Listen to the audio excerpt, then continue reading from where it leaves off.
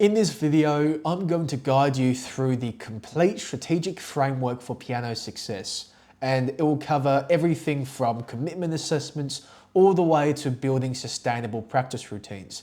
Now, this video will certainly be a bit longer than usual, most likely because I just want to compile all of the critical information into something a bit more comprehensive for you. So I want to introduce and just put out the entire course for free on YouTube, and this is something that you normally pay hundreds of dollars to, so think of this as like an hour-long consultation. So it's all free for you to take notes down and see if you can take any advice from as well. And I'm going to share some insider tips as well. As a teacher myself for the last 5 or so years, I've been privileged to have over about 100 students in person, which is just absolutely great. But the thing is, the reason why I can keep so many, or why you guys are still so entertained about music, would be because the framework from the beginning.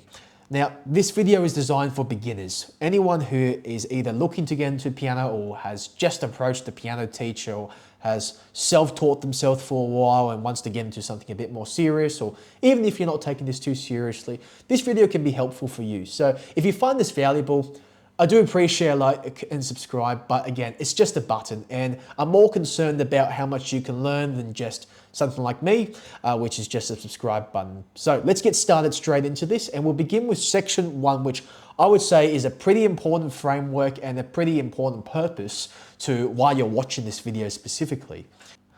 So the first thing that we need to cover is, what are we truly signing up for? So I'll write this down. What are we signing up for? Because it's all about the commitment, and to begin anything, before we even want to lay our hands on the key, or before we even want to think about songs or lessons, we got to think about the commitment and how much effort we're going to put into the piano specifically. So the first thing that we need to either lay out, you can always think about budget, but that's up to you. I won't cover the budget, I won't cover this. This is all up to you with your financial situation.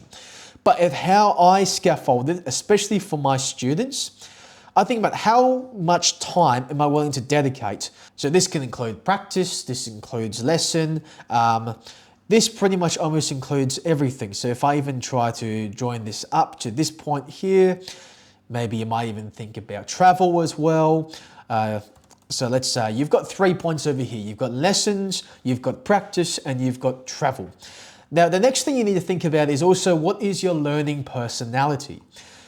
So what I mean by this specifically is, what type of learning do you plan to integrate in? Online lessons? Or do you want to undertake in something like one-to-one lessons, which are more common? Or do you want to undertake in something like a hybrid, where you do a mix of online stuff and in-person things? It all depends on your commitment, but you need to plan out how much time you're willing to practice, travel, and also just the expense of things. But that's up to you about the expense. But the important thing is always about your lifestyle as well. So your lifestyle is really critical for this specific section, because you've got to think about, okay, what is my family routine? Because sometimes you won't be able to do what you want to do because you've got family commitments around you.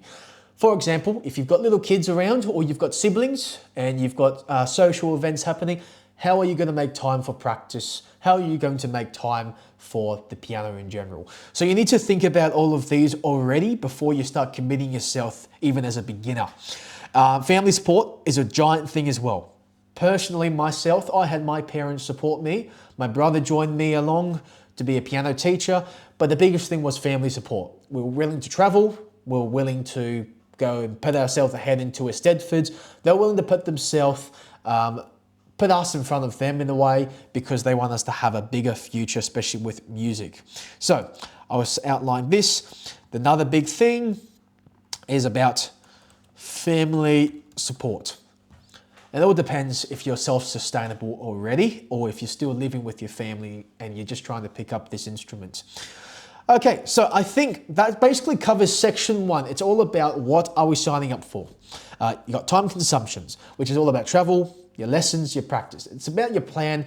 What are you planning to do? What are you willing to sacrifice in terms of time for the piano? And the second important thing is those one-to-one lessons, or what type of learning are we looking for? What is our style? Do we prefer to have a teacher?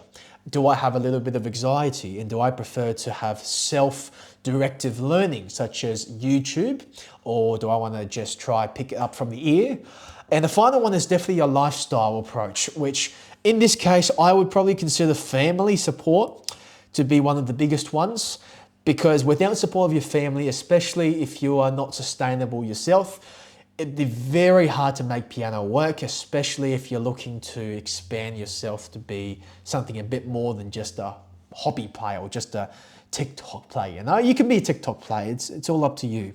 But we'll cover up to section 2 now, which I think section 2 always is very important once you have set the section 1 very clearly. So section 2 now covers your piano selections. Now, I've had a bunch of questions about this, and I've seen so many different forums about what type of piano do I buy? Do I buy a digital keyboard? Do I buy an acoustic piano? Do I look for something just like an online free virtual piano? That's the biggest question, and that's what you've got to answer yourself. What type of learning are you looking for? Are you looking to be a professional? Are you looking just to pick up songs for fun? Are you looking as this as a 5-year plan? Or are you looking to just partake in this as a 2-week plan for maybe Christmas carols? It depends on your circumstance. But what I'm going to analyze and what I'm just going to suggest in here are a few different decisions for your keyboards. The first thing you have are digital keyboards, and the second option you have are your acoustic pianos.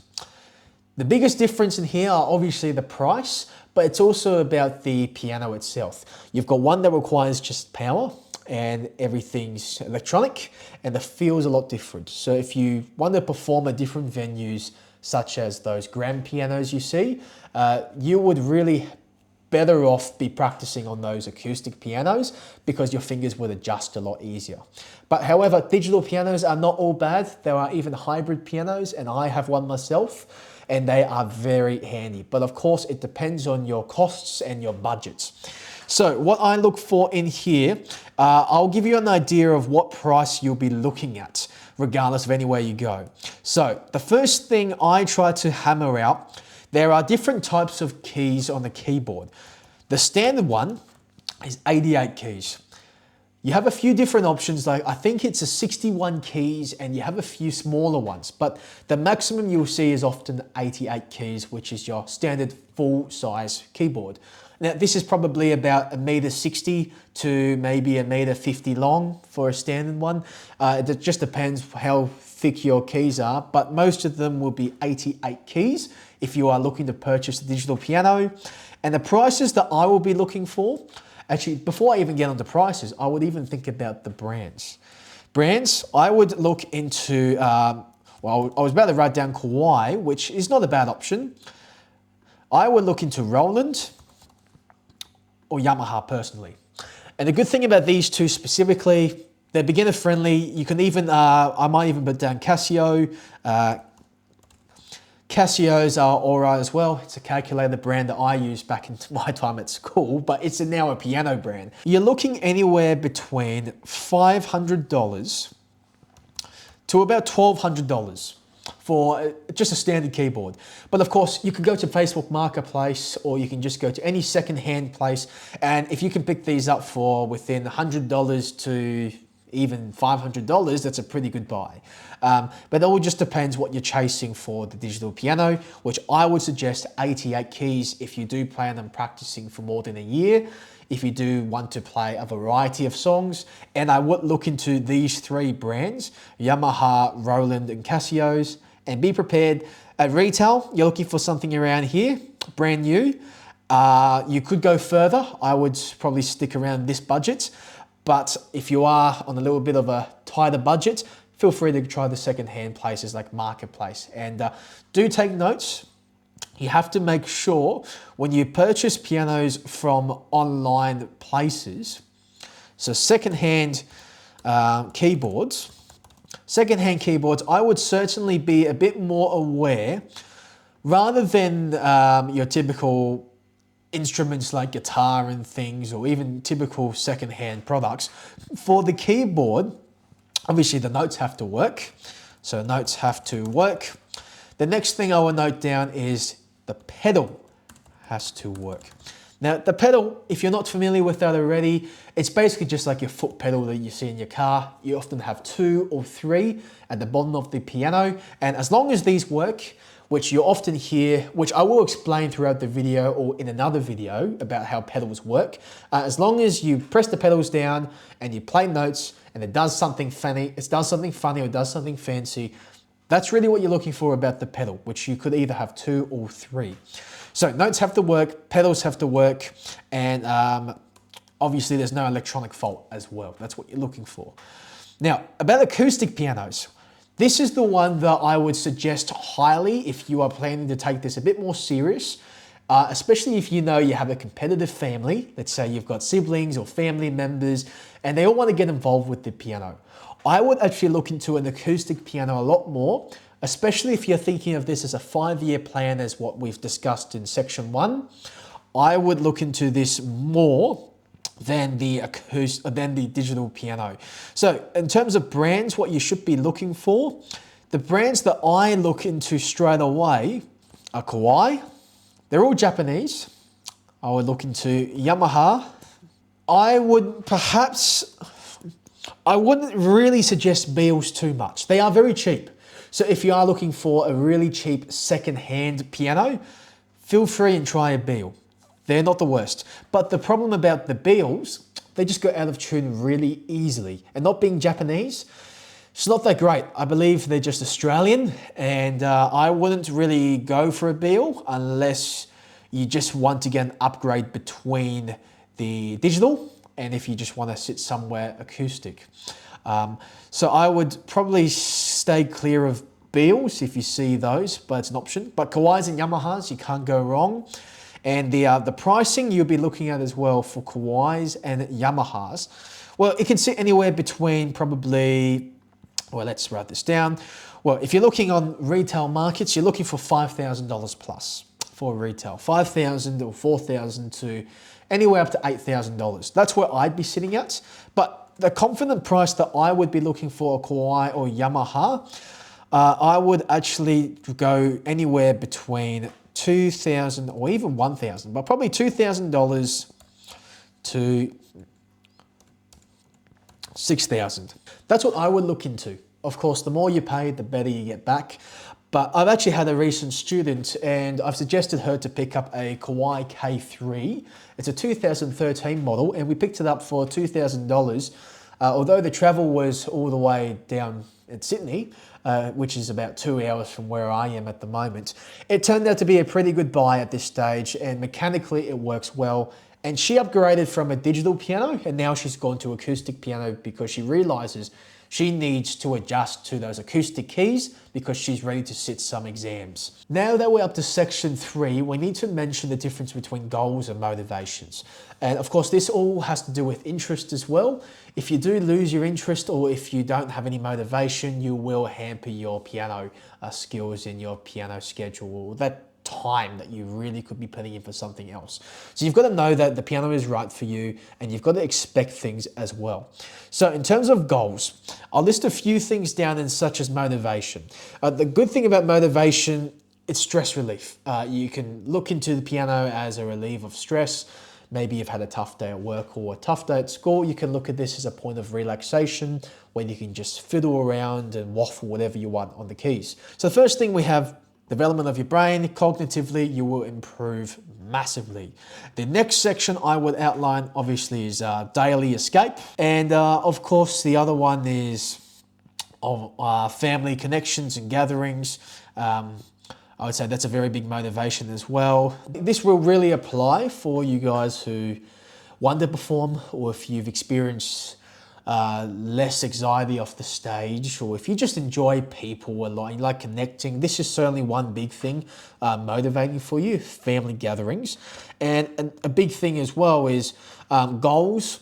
They are extremely important. You have to set a few different timelines for goals. So for goals specifically, we need to set 3-month timelines. You need to set 6-month timelines.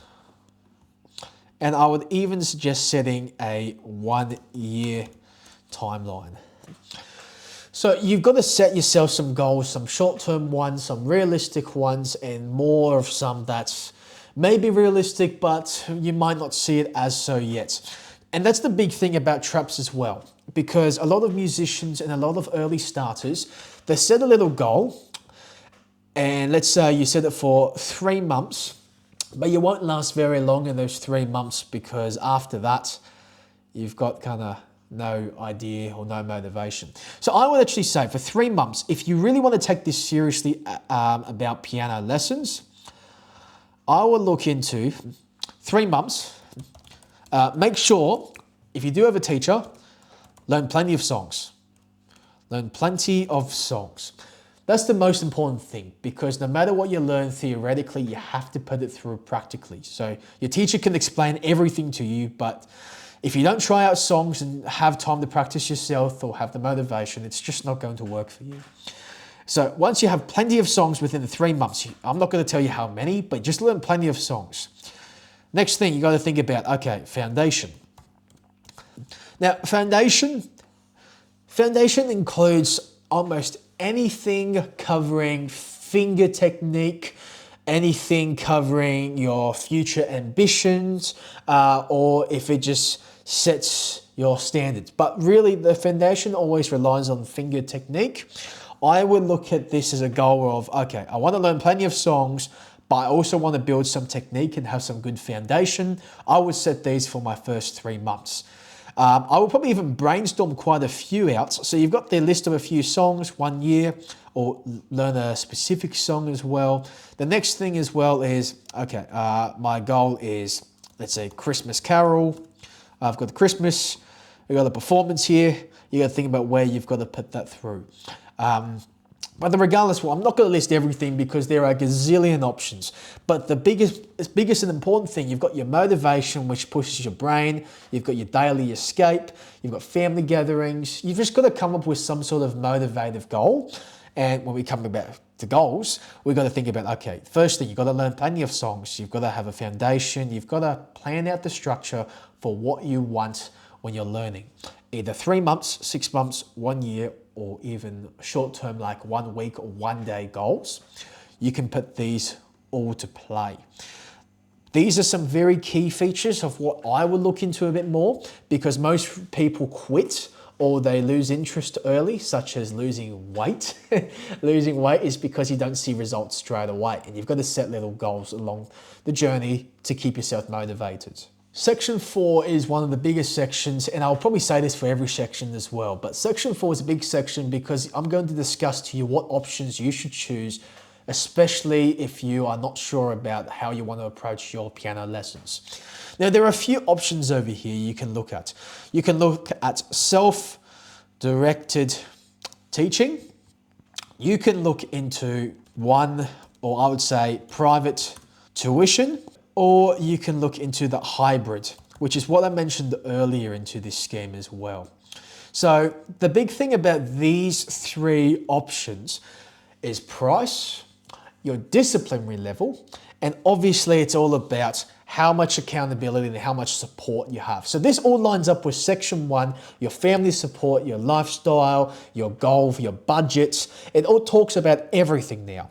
So let's begin with the very basic self-directed learning. So with self-directed learning, this can include YouTube. YouTube is a great tool, and I use it myself, and I post in there myself as well, which is where you're finding this. YouTube, great self-directed learning. Another source that you can always go to, you can go to Reddit. You've got forums, or you've got any group chats.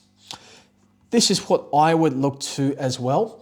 Any type of self-directed teaching. And of course, the big one that most of you have probably even come across yourself or have seen other people deal with, songs and experimentation. Now, what this means, just to summarize it really easily for you, you've heard a song you like, go to a piano, try to figure it out by ear, by pitch. Very common. So these are your self-directed learnings. And the good thing about this, well, it's cheap. And I would say as well, for your benefits and challenges, There aren't going to be too many challenges as well, because you can just search up different, you can post up a question, you can look at different forums for different results, and you can get in contact a lot easier, and you don't have to follow a strict format. Now, the cons about this always sit in, I'll put this in red, you've got to be highly disciplined. Because in this type of learning, when you're self-taught, it's a lot harder to set yourself that motivation. Sometimes it is, but you've got to stay very disciplined with what type of thing you're trying to learn, because you don't have a teacher tell you what to do. You've got to set your own standard. And in this way, if you're not very disciplined with what you're learning, and if you're not putting a time, let's say your time management is really bad and you're working and you've got no one to get on your back or make you work and really set that motivational goal for you, it's just going to be very hard to succeed. So you've got to be really disciplined when you're self-directed learning. Now, the good thing about private tuition, or a few things to be aware of, actually I forgot to put a thing inside here as well. I would say affordability is another really good thing about self-directed learning. You're probably only paying $10 to $20 a month rather than paying your standard $40 to $90 an hour for lessons. Nowadays, you're paying at least probably $60 an hour unless you have a really cheap bundle given to you. But in terms of private tuition, it's good. You don't need much discipline. Well, you still need to keep a level of discipline, but the only difference is, in terms of your discipline, that will be more maintained by your teacher. Your teacher will get you, especially if you have a good teacher, they'll get you on with stuff. Whether they give you a course or a book to follow, that's something that, they set the goal for you, you get it done, and it's more like homework. So in terms of that, it's less pressure. You still have to stay disciplined, but it's a lot better than trying to be self-directed or to have self-directed learning and be disciplined. Then the next thing after discipline, you've got to think about the costs. As what I mentioned, you're probably looking about probably I'd probably say $60 hour lessons. Piano lessons aren't cheap, and that's why self-directed learning works well. What I would suggest, obviously half an hour lessons, you've probably already considered this as well. You have more freedom to do whatever you want. Technically, I shouldn't say you have more freedom. I'll rephrase that actually.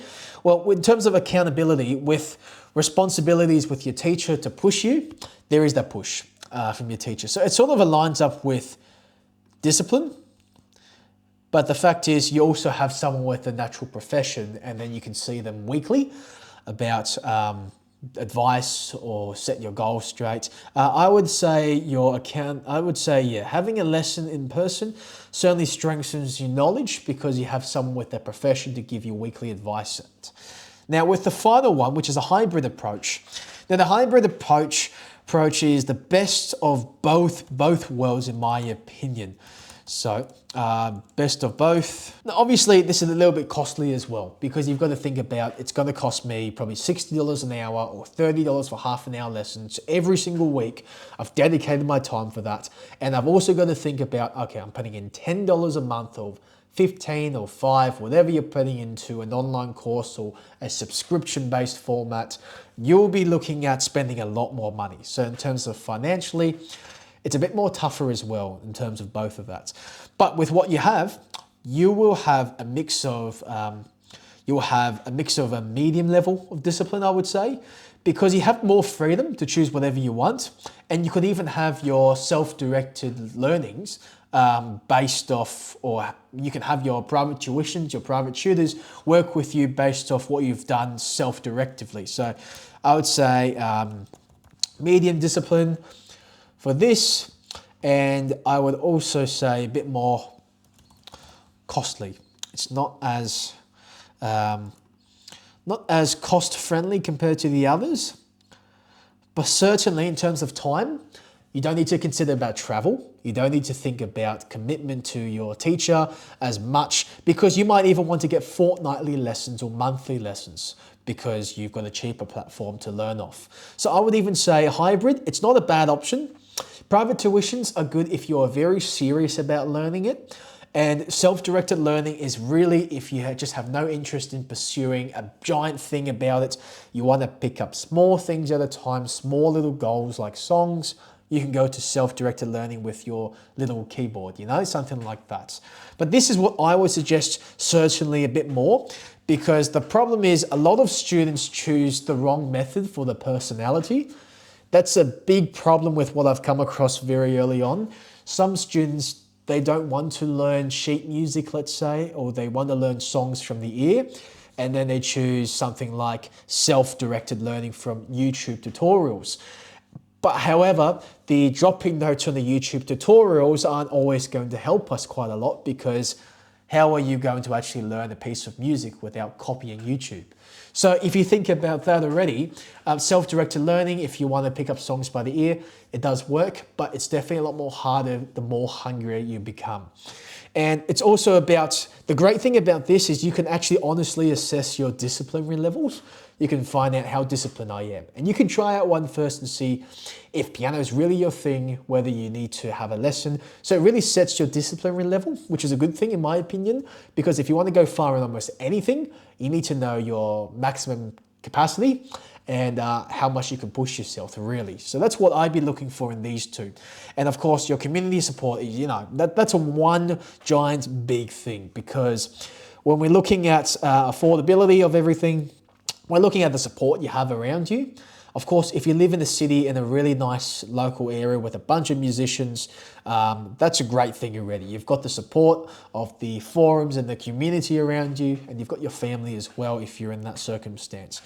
Those were probably three key things, what I would do about, or three different methods I would look at, especially if you feel like you're sitting in either self-directed, or if you feel like you're sitting in the, I want to take piano as a hobby, or if you want to take it as a profession.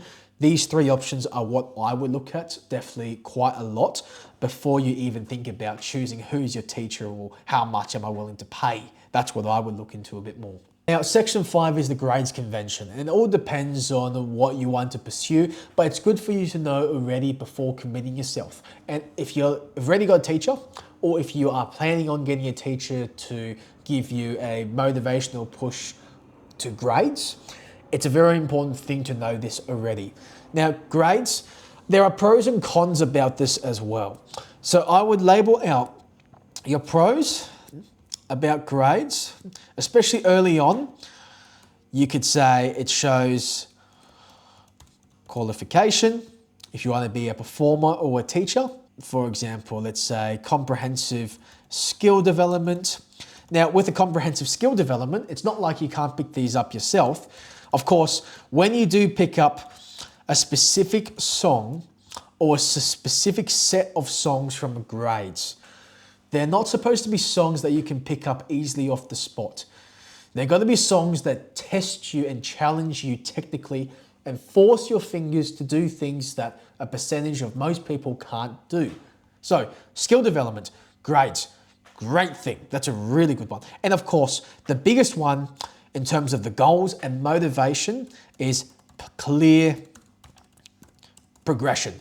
Because a lot of the times when you're learning, you're not going to know if you should continue or not, because you don't know where you are in the level. You may think, oh, well, I'm not at this level yet. Oh, I don't know what grade I'm at. I've lost motivation. But grades are great to keep progress on how good you are, as well as it sets milestones.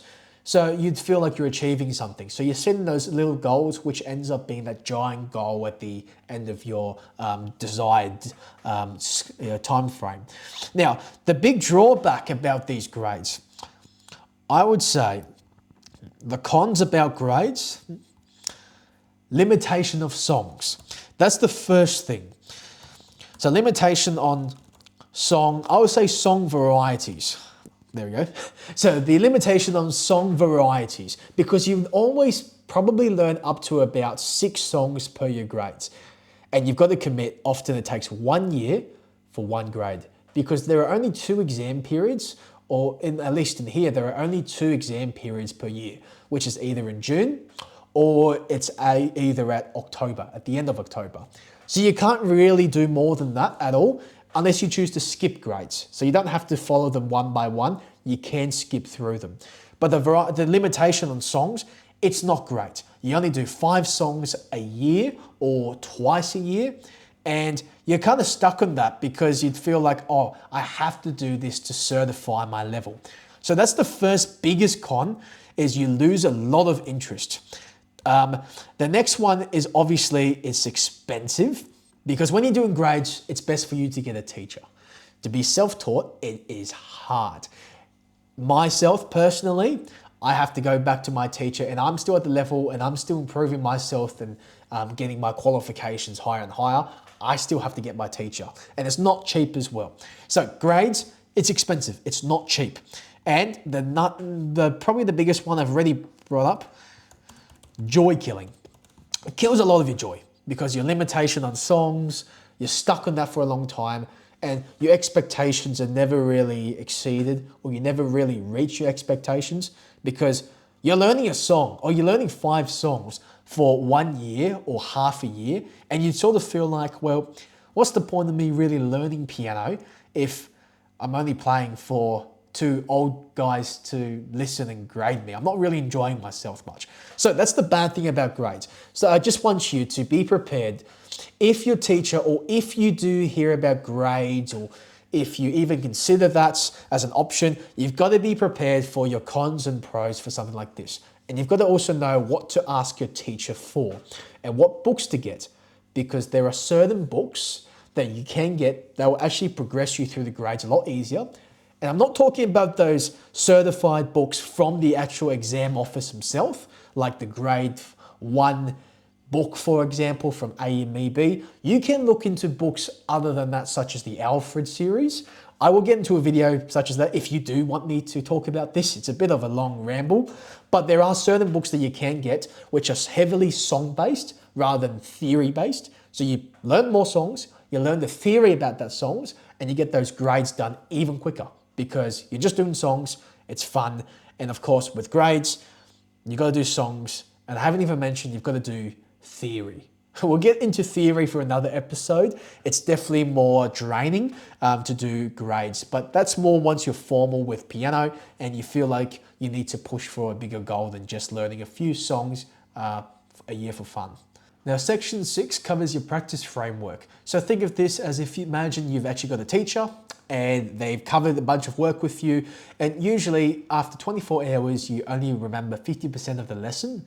And after 1 week, you only remember about probably 10% of the lesson. So that's how our minds really work after having a lesson. So a few key takeaways from when you're actually having your piano lesson and what you should do between the lesson and your practice time is actually going to be a 3-phase structure. Structure number 1, you have to do, or what I recommend is a lesson review. This can be any format of your own, to be honest. Whether you want to do a lesson review based off recording your piano lesson, listening back to that, or if you have your teacher's notes, look through those notes, or look at, if you have sheet music, look at that. Either way, even if you have a self-directed learning, it's good to take notes down, even make pencil markings, or try to record yourself. These are all lesson reviews. So that is your first one. And I would actually put a little time frame, if you're not too sure how long to spend on this, 5 to 15 minutes. This is what I would do. Not too much, just a little bit about it, just to give you that overall review and overall recap so you don't forget too much about it. Phase 2 is now follow the practice method of what your instructor told you to do. Now, all teachers and all instructors have different methods of teaching you, and it all depends on how much you understand and what works for you. I would recommend you do this right after your piano lesson. I would probably put in anywhere between 15 minutes to 30 minutes for this. So at the moment, you're probably only spending up to about 45 minutes if you're really pushing it to do a review and to repeat those method strategies. And I would say the final part is actually going to be your plan and integration. So you need to work on integrating your time and work and integrating and planning. those are the 3 key takeaways, what I would do specifically after a lesson.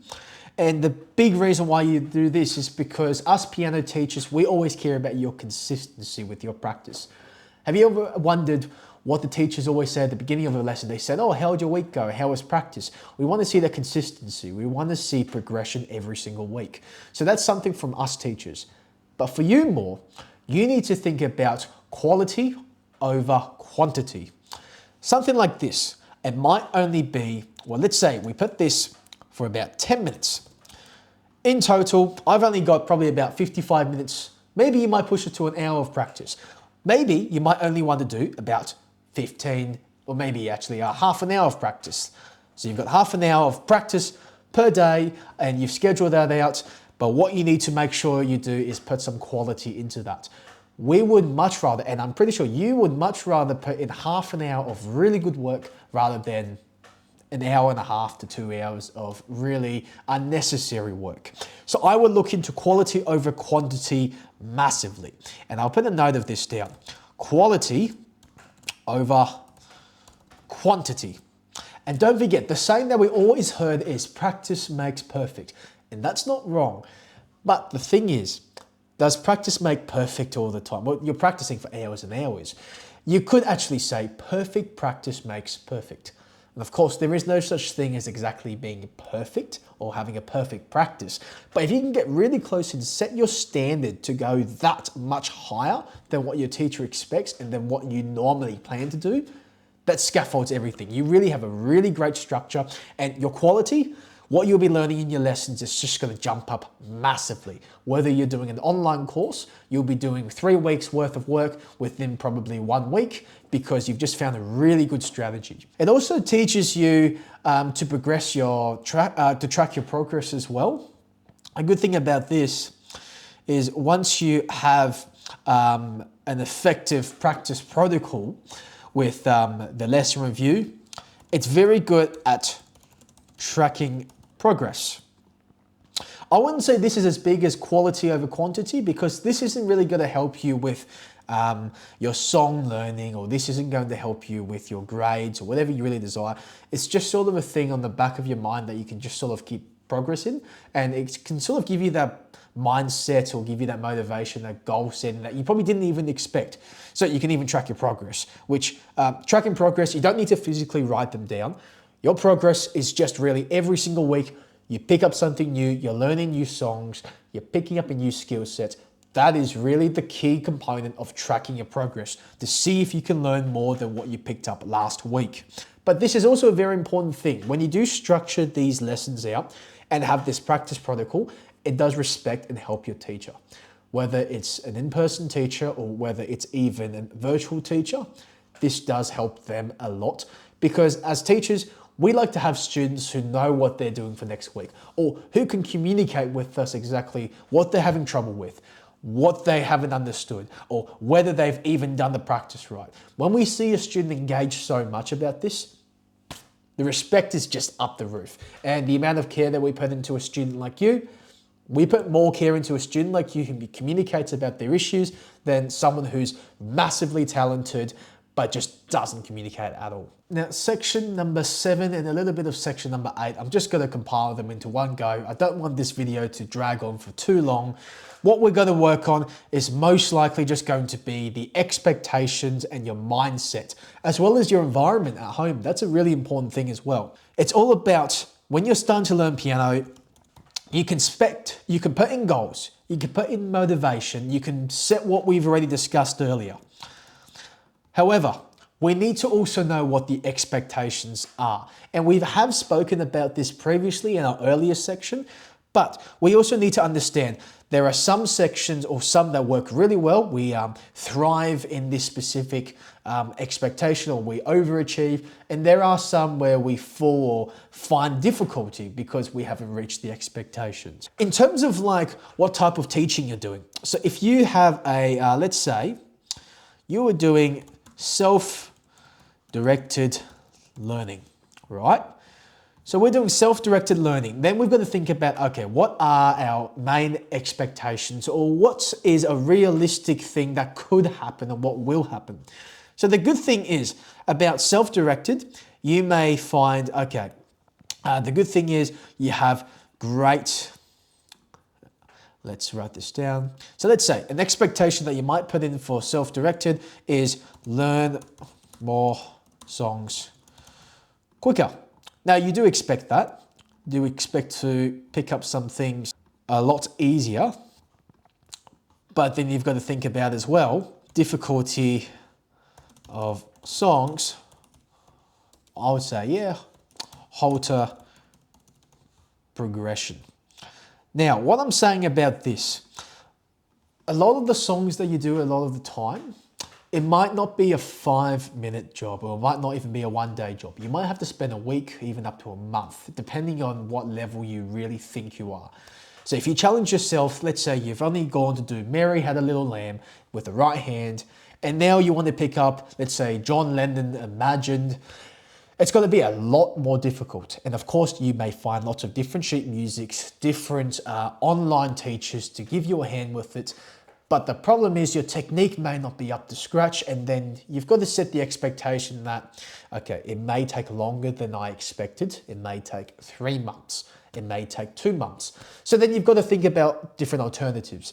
Is it better for me to work on a book? Is it better for me to have a temporary teacher, like a hybrid lesson, where they work on the foundations with me, such as they might work on an Alfred book with you, or might work on some other sheet music.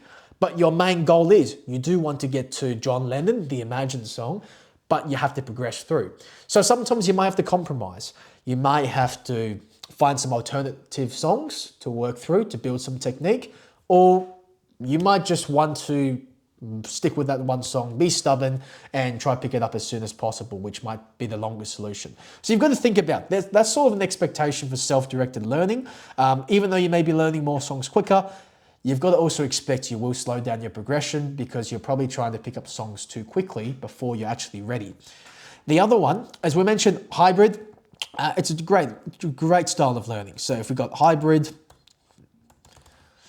style of learning, yes, it's great. You pick up both. I would say to put expectations, I wouldn't expect too much out of it. Again, these expectations are all subjective, and it's all based off your opinion, what you'd expect.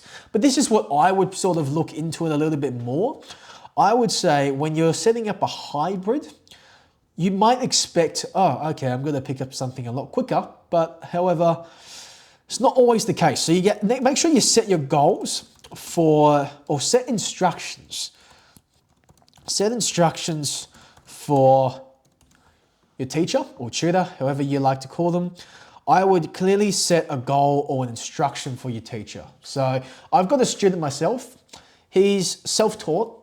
He's never had a teacher before.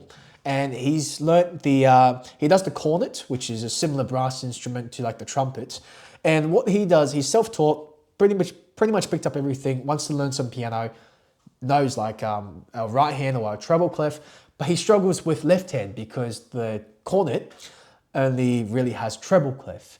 So that's why when he's come to me as an in-person lesson or as an in-person teacher, tutor, he's got a clear goal.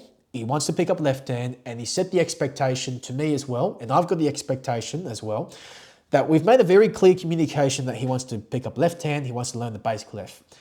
But realistically for me, is it really going to be easy for a musician to pick up left hand or the bass clef or something he hasn't done before within this certain time frame? Can I do it straight away? Maybe, but you've got to expect that he might not be able to. But the important thing is you have to communicate, because if your student or if you don't communicate with your teacher at all, how are they going to know what to teach you? They don't know your goal. They're going to teach you the style that they think they want to teach you in. But every one of us, we have our own style. We need to talk to our teacher, let them know what we want to learn. And that's why it's very important to have what we said previously in our stage 6 about our learning activity, what we achieve with our teachers, and just that practice protocol. So you can keep in progress and keep tracking how it's going with your teacher. So apart from the hybrid, setting instructions, and those instructions may not be there all the time, but at least you can get a clear communication barrier, or at least you won't have a communication barrier between you and your teacher. I think the final one would probably be the private teaching, which I haven't really brought up too much yet. I'll briefly go over this again. I've kind of gone over this in the previous points. With private tutors, of course, expect fast initial progress. Fast initial progress. But the problem is, of course, you expect it, but it's expensive. And once you get to a certain point, so I'll say expensive. Well, I wouldn't say it's too expensive. Depends what you're looking at. So we've got expensive, and the final one as well, other than expensive. Well, you know what, as a positive thing, I feel like you can also say it's the most efficient. So most efficient, and probably the con about this, the expectation that you might put on is really setting things that your teacher can't really see in you. Now, I don't know really where you're sitting at with this, if you have a teacher or if you're thinking about getting a teacher. Teachers are great, but the problem is some teachers will not push you to what you want. You may be achieving, or you might set the long-term goal of, let's say you want to pick up, let's say you want to do Piano Man by Billy Joel, or you want to do a Queen song.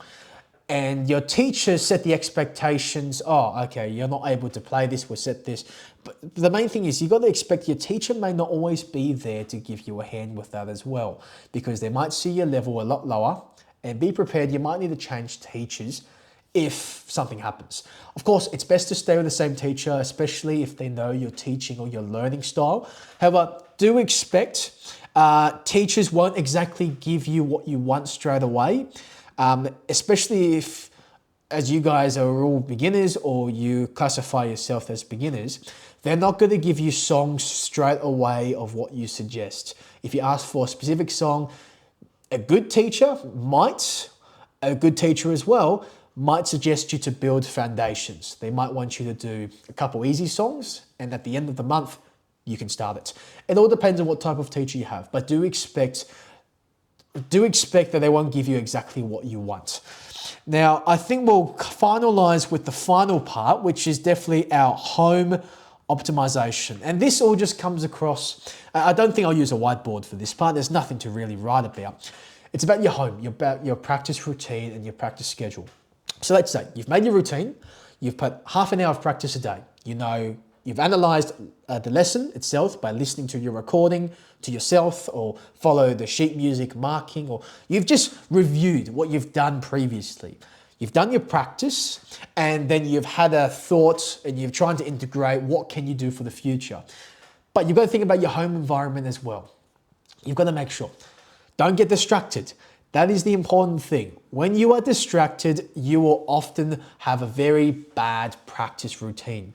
Set your practice times roughly at the same time each day.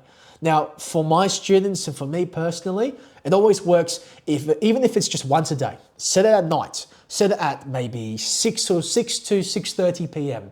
or even 9 o'clock in the morning to 9:15, and put another 15 minutes there. You can go more if you want, but keep a consistent routine, because you will never progress at all if you don't even try. Make sure you set a routine. That's very important for yourself. And distractions, try and remove all your noise distractions. Ignore it. And I know if you have commitments such as you've got family and you've got to travel and you've got to take phone calls, or you've got to take the bins out or wash the plates, that's probably not a good thing all the time as well. Plan your practice around those distractions, because as what we reiterated earlier, we prefer quality practice over the quantity you put in for practice. And I think that's a very important key thing to remember for no matter what you do. Avoid distractions. You'll be more efficient. Turn your phone off, even for that half an hour. As what they've already said, statistics and stuff online in the web, turn off your phones, put it to airplane mode, put it to do not disturb. You will study better. You will get better grades. You will do your work better as well. That is what I would really suggest. Set your home environment the same or keep it consistent when you're practicing. And before we wrap up for this video, I will mention that I do have a website with a learning course coming out specifically for basic beginners. It's got a bundle of songs, it's got a bundle of foundational techniques, and it's pretty much everything we've gone through. Of course, what I've mentioned today is just to give you that framework to structure how you practice, why you should pick piano, and what do you have to expect when you do pick up this instrument. But of course, in my course, I'll just run you through the foundation of what you need. The time management is up to you, but I've tried to structure it out as easy as possible with short 2 to 5 minute videos explaining each concept, what you need to do before you go into a book. We've got everything from, let's even go back, we've got stage 1, we've got the time, we've got our lifestyle, we've got our learning style. You've got to think about your commitments. In stage 2, well, we've got to clearly think about, okay, what type of piano do we have? Do we have a keyboard? Are we willing to invest into an acoustic piano? My suggestion, digital keyboard if you're taking it as a hobby and you're not going to play all the time or get in-person lessons. If you do get in-person lessons, do expect that they will often have an acoustic piano or they will have something similar to an acoustic piano. But I would really suggest in-person lessons, get an acoustic piano. It's going to cost you a bit more, but it's going to be more worth it for the long run.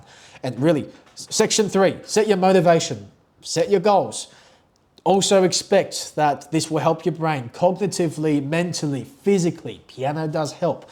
But you've also got to analyze and think about, okay, I've got to set a timeline, 3, 6, 12 months. Because like anything, piano and music, this is a long run. This is a long sport. You can't pick it up straight away unless you're those 3-year-old child prodigies you see over YouTube. And stage number 4 is pretty much just our grades. Whether it's a good thing or not, you have to at least think about what does the word grades mean? Do I understand what certification means? Do I want to have a external validation? You know, do you want to have a qualification? You just got to understand this already before you have a teacher, because when you come into them and ask them, oh, what my intentions are, do I want to do grades? Or if they're going to ask you, do you want to do grades? You have to understand that already. Otherwise, they're going to be teaching you a lot of, not rubbish, but they're going to be teaching you unnecessary things. They're not going to exactly know where your goals sit. And then you'll feel like, oh, my practice progression is really slowing down. It's because of that communication barrier with your teacher. And I think I'm up to stage number 5 now. Stage 5 is really just your framework for your practice. What type of practice methods are you really working with? Am I going to review the practice, which you should? I should probably put 15 minutes into practicing itself. So you've got to structure your practice. Set a review because you forget 50% of the day before. So do a review. Think about yesterday's practice. Do your practice. After that, think about what am I going to do for tomorrow? Half an hour. It just needs to be half an hour because we only care about quality practice over quantity. You shouldn't care about putting 1 hour or 3 hours or even 2 hours or even 45 minutes of practice if you know half an hour of structured practice will get the job done. And pretty much the final couple sections is just mindsets, expectations, home environment. Keep a consistent schedule and consistent routine. This is a long run. Same time every day. Do your practice, or similar time every day. Do your practice. If you're not doing it every day, once a week, twice a week, try keep that schedule, because if we do forget about the schedule, we become lazy, you're going to lose interest in playing the piano. And of course, distractions. Phones, kids, food, get rid of that. Don't worry about that for now. If you keep that discipline really well for 1 year, even half a year, I guarantee you, you will learn a lot faster and you will feel like you've achieved something a lot more than just sitting at home or practicing for 20 hours a week and then you end up achieving nothing. The big thing, set a plan. Hopefully this video covers a lot of that and gives you plenty of advice. Skip through the sections if you find this boring or if you want to rewrite some of the things I've mentioned, take some of the notes down. It's all up to you.